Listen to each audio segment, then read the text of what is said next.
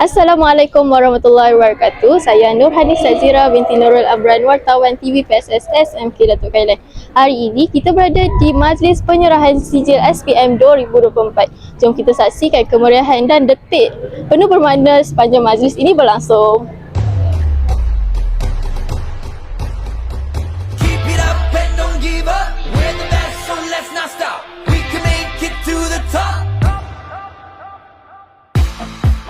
Melangkah dengan gagah menuju medan wira, semangat yakinkan menyela.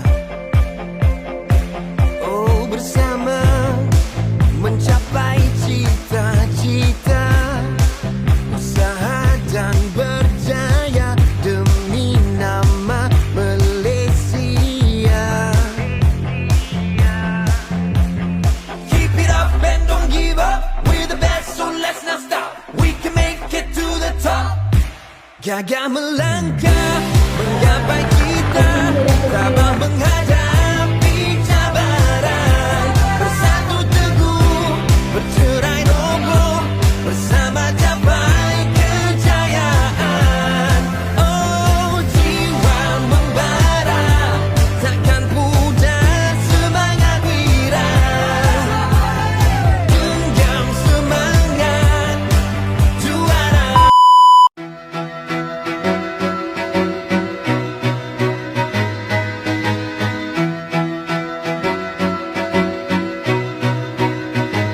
I used to rule the world, seas would rise when I gave the word. Now in the morning I sleep alone, sweep the streets I used to own.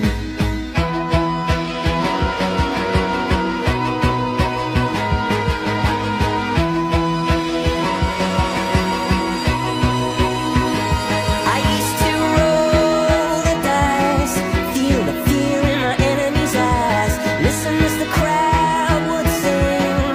Now the old king is dead, long live the king. One minute I held the key, next the walls were closed down. Bersama saya merupakan murid-murid straight ASPM 2024.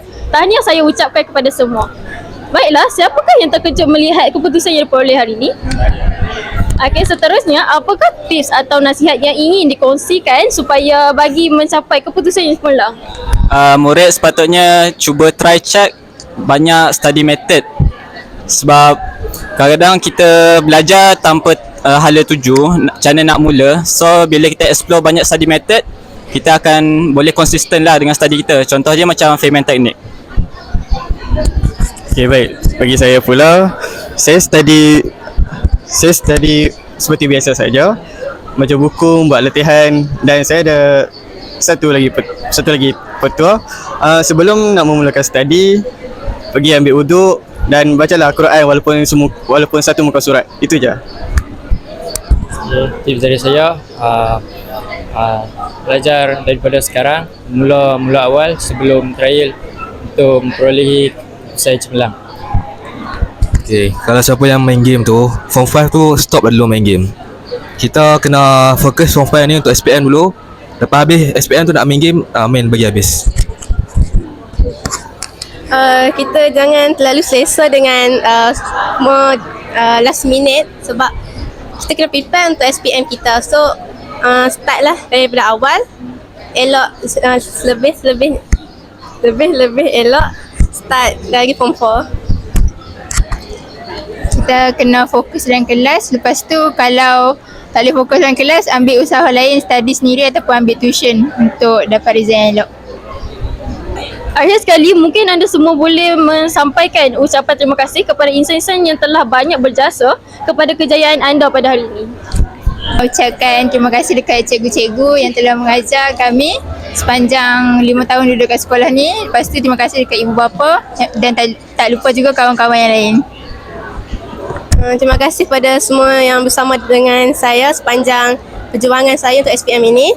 Terima kasih kepada cikgu yang mengajar saya, ibu bapa yang menjaga saya, membesarkan saya, dan kawan-kawan yang berjuang bersama dengan saya.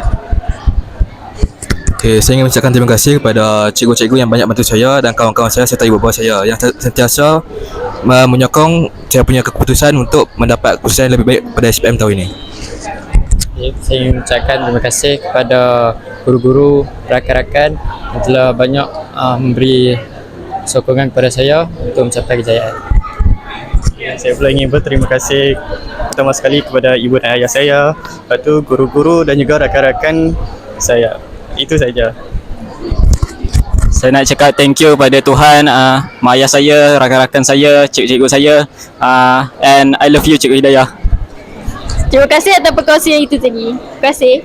Assalamualaikum, saya Hanis, wartawan TV PSS pada hari ini. Kita bersama Puan Salwa, ibu kepada Sumaya, iaitu pelajar Sri ASPM 2024. Puan, boleh kongsikan sedikit perasaan apabila menerima berita kejayaan anak puan? Betul, syukur Alhamdulillah atas kejayaan Sumaya ni. Memang kata apa, memang bersyukurlah Alhamdulillah. Okey, baik. Sebagai ibu, apakah cabaran utama bagi memastikan anak puan sentiasa fokus dalam pelajaran? Oh, cabaran utama tu macam saya nak kena pastikan dia betul-betul belajar betul-betul lah. Betul nak kena bagi nasihat, nak kena bagi orang kata bantuan-bantuan, nasihat, nak bagi dia semangat untuk belajar lah. Baiklah, apakah nasihat yang selalu puan berikan kepada anak puan sehingga dia boleh berjaya seperti ini? Macam nasihat tu memang selalulah saya bagi tahu, kata kalau kita nak berjaya di masa depan mestilah nak kena belajar bersungguh-sungguh. So macam selalulah kena bagi apa-apa yang dia nak untuk belajar tu kita kena support lah. Kalau dia nak tuition, kita bagi tuition. Dia kelemahan dia tu kita kena tahu lah kan. Subjek apa yang dia lemah, dia cakap dia nak bantuan tuition, kita bagilah. Itulah. Saya selalu buat lah. Terima kasih atas perkongsian yang bermakna. Semoga keluarga Tuan Puan terus diberkati. Terima kasih.